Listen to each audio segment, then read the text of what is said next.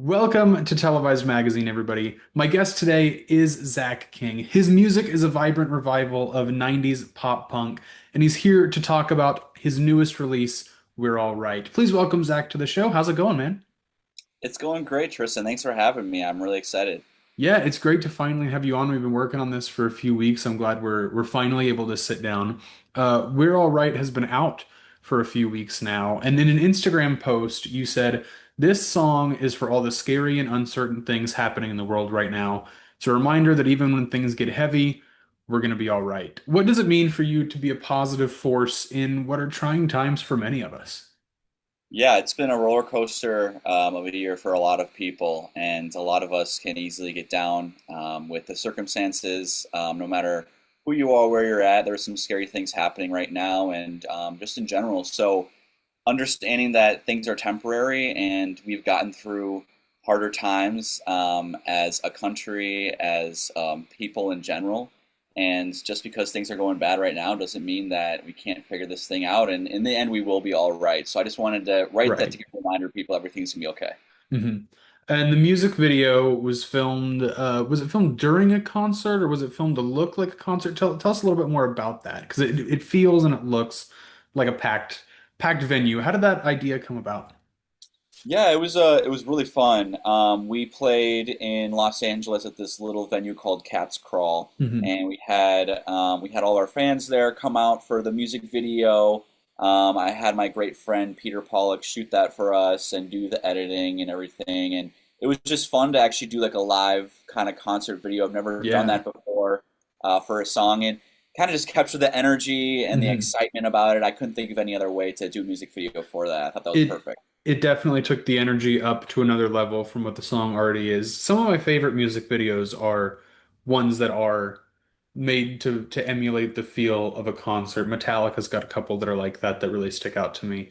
I just enjoyed watching it a ton. I watched it a couple times in a row just to kind of get all the nooks and crannies of it down. It's a great music video for a Thank you. great song. And it seems like it's one of the jumping off points of a big release for you. You've kind of hinted at putting the finishing touches on an album. Is there anything you can say about that? Yeah, definitely. So that was the last single that I'm releasing before the album is Okay. out. So the last 3.5, 4 years been working on this album. It's taken a lot longer than expected. hmm I changed my entire sound when moving to LA from acoustic rock to pop punk. So really figuring out how to live into that genre and that realm, and writing songs about not only heartbreak, but wearing my heart on my sleeve, showing people that it's okay to be yourself, it's okay to hmm struggle. And a big focus is mental health Yeah. for us as well, dealing with anxiety, depression. I even have a song about suicidal ideation. So, showing people that we're all humans, we go through these things. And I know I've felt alone going through a lot of these things before. So, hmm that kind of showed me the path that I want to take to help people. And that's what this album is all about. And Yeah. coming out next month, actually. Next month. Okay. And I actually had a question about the whole mental health advocate side of what you do. Cool. What does being public about that and sharing that with the world mean to you? And how did that come about where you were like, I want to help people? Is it something that's happened in your personal life that you're like, now I want to share this and share that for every bad day there's good days and that kind of stuff?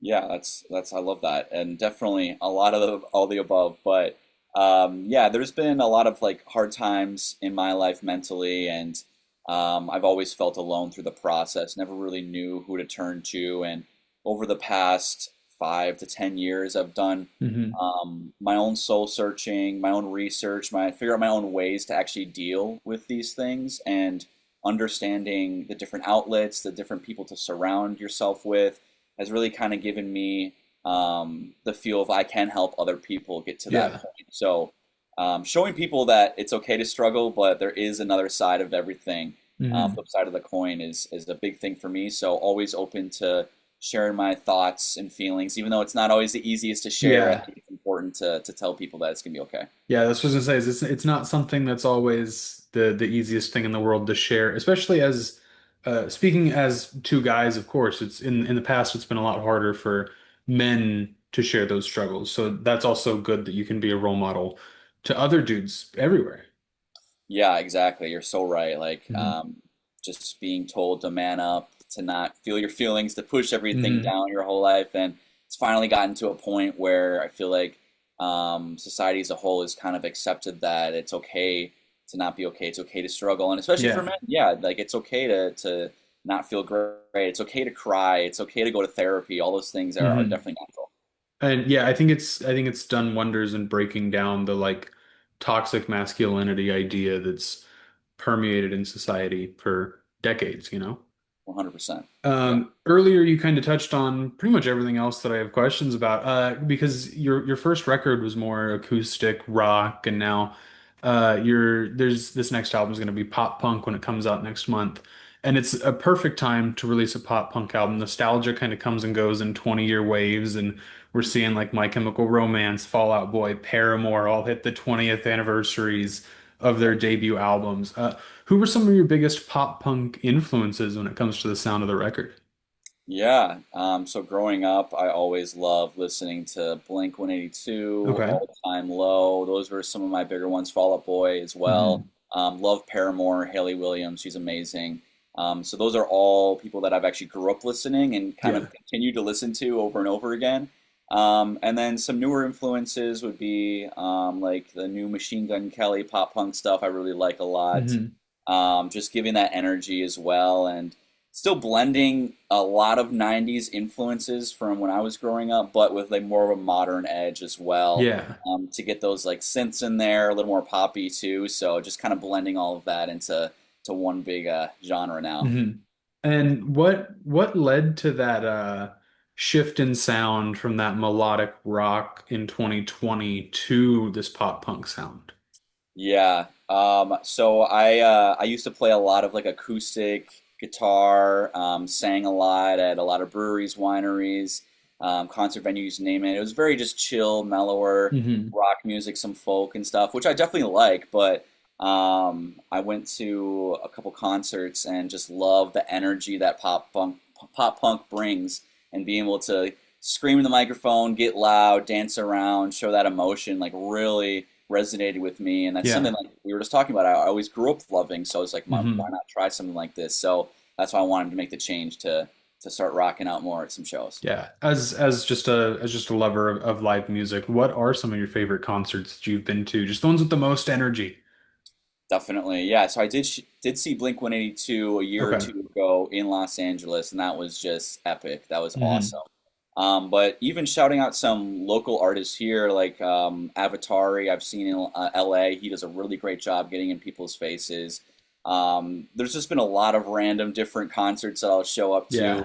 that are underground a lot. Don't go to a lot of like bigger concerts. I like the underground feel. So Hmm. anything with a crunchy guitar and some drums and some awesome vocals is good for me. That's been one of my favorite things about this year specifically is I'm trying to go to as many concerts as I can, but Yeah, I'm not rich enough to afford every arena show. Not many people are. I've been to right. one arena show all year and it was Lincoln Park, and everything else has been a lot more That's a good of the one. underground, smaller venues, maybe like biggest one was like 4 to 5 thousand cap in terms of smaller venues. There's some really good music out there that people are missing if they're not going to Right. go out to these, you know, bar shows, slightly bigger than bar shows. Are there any plans to tour the record? Any more future live dates coming up?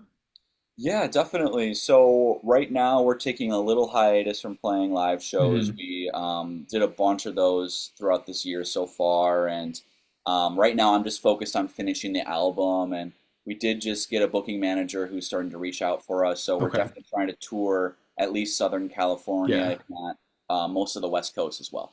Okay. Going up and down the West Coast must be really fun. Tons of stuff to see all up and down Oh there. yeah, definitely. Um, Right.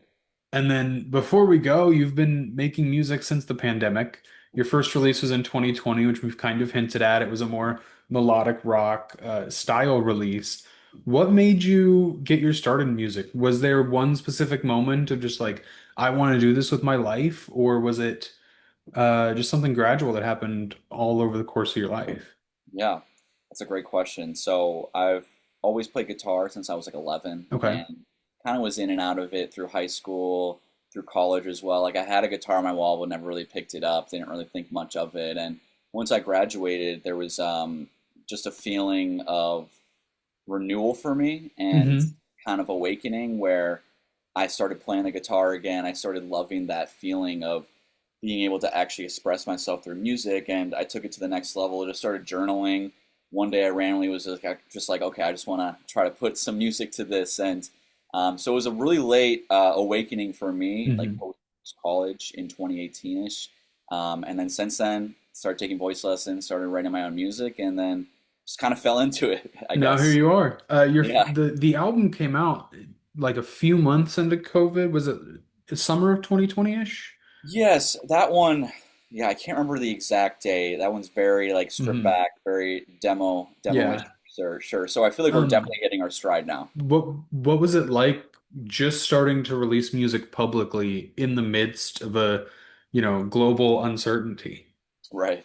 Yeah, I had no idea what I was doing, to be Yeah. completely honest. Like did not really know how to release music. I did not know the right ways to do anything, but luckily I found some guidance, and a lot of my songs there as well were kind of similar themes like mental health, Hmm. struggling, not feeling your 100% self, and obviously a lot of us struggled in COVID Yeah. emotionally too. So I was hopeful that could bring some positivity to people's lives and kind Hmm. of help them know that we're all in this together. Yeah, that's great, man. To kind of start wrapping things up, where can fans find you on social media? Yeah, definitely. So I'm on pretty much every platform. You can search me, Zack King Music. It's a Zack for Zach. And feel free to comment or DM on anything. I'm always wanting to interact with fans. Sweet. And then the question I end every interview with, just to kind of maybe broaden listeners' musical horizons and also broaden my own. What are your three favorite songs at the moment? Three songs anybody could ask you and you'd be like, this is my on repeat. That's a great question. Man, that's really hard question. I love the new Cliche song by Machine Gun Kelly. I think that's Okay. really great. I love the new band Camino album in general. Hmm. I'm really big fans of I them. heard one of the singles off of it on the radio and I Yeah, added the full album to my library and I have not gotten around to it yet. So this might be what gets me to listen to it. yeah, definitely. It's pretty good. It's a lot different than their old stuff, Hmm. but and the third one, man, I'd have to say anything that's being released by Taylor Acorn. I'm really into her Okay. right now. She's another pop punk, awesome woman Yeah. vocalist.